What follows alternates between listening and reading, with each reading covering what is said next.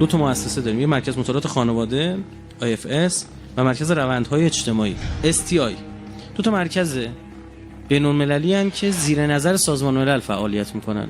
اون مرکز اینا آزادن نسبتا. گزارش سالانه شون در رابطه با خانواده است. یک بخشیش به این برمیگرده که خب خانواده یعنی فرزند، یه ادامه خانواده یعنی فرزند. روی فرزندان زومن و توضیح میدن که این فرزندان چطوری. گزارش صفحات مختلف داره.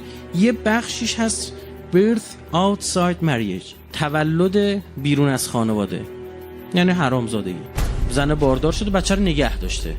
برای چی بچه رو نگه دارن؟ به خاطر اینکه دلایل حالی بخشش عاطفیه، یه سری دلایل این دارم که از اینا حمایت‌های مالی هم میشه، یعنی باید اون بچه پول میگیره، کمک‌های بهش میشه. یک نقشه هستش که تولید میشه WFM که World Family Map در واقع مخفف اینه. مثل آمار براتون میخونم. از 1998 تا 2014 متولدین رو بررسی کرد. میگه 41% افراد متولد شده در این سالها، از 1998 تا 2014 16 سال، یعنی آدم 15 ساله. 41% افراد متولد شده تو آمریکا نامشروع. 55% افراد متولد شده در مکزیک نامشروع. در استرالیا 1/3 33%. برزیل خیلی بالاست 66%. کلمبیا 84%. شما دقت نفرمایید چرا تو سریال های ماهواره اینقدر دست گذاشتن رو کلمبیا؟ دقیقاً میخواد سبک زندگی کلمبیایی رو اینور انتقال بده. تو فیلماشون هست، تو همین سریالی که ماهواره داره پخش می‌کنه صحبت اینه. بیایم فکر بکنیم. 33% افراد متولد شده در کانادا نامشروع. 57% افراد متولد شده در فرانسه نامشروع. 54% افراد متولد شده در سوئد نامشروع.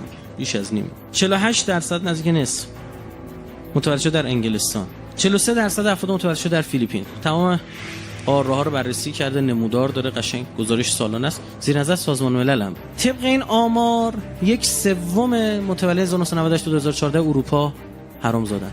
در خاورمیانه بیشترین آمار حرامزادگی متعلق به اسرائیل، بعدش ترکیه. ایران و افغانستان و عراق سرجم با هم 1% نمیشه. اینجا کشور حلال زاده هاست. شوت میزنن اما حلال زادن برن. آره توی شوت هم داریم اما حلال زادن. خیلی توی کشوری که مثلا شما اینجا 1/3 مملکت بچه‌های تو زیر 15 سالش حرام زاده باشه. همین فکر بکنید چیا از هم پاشیده؟ خدایی وجود نداره.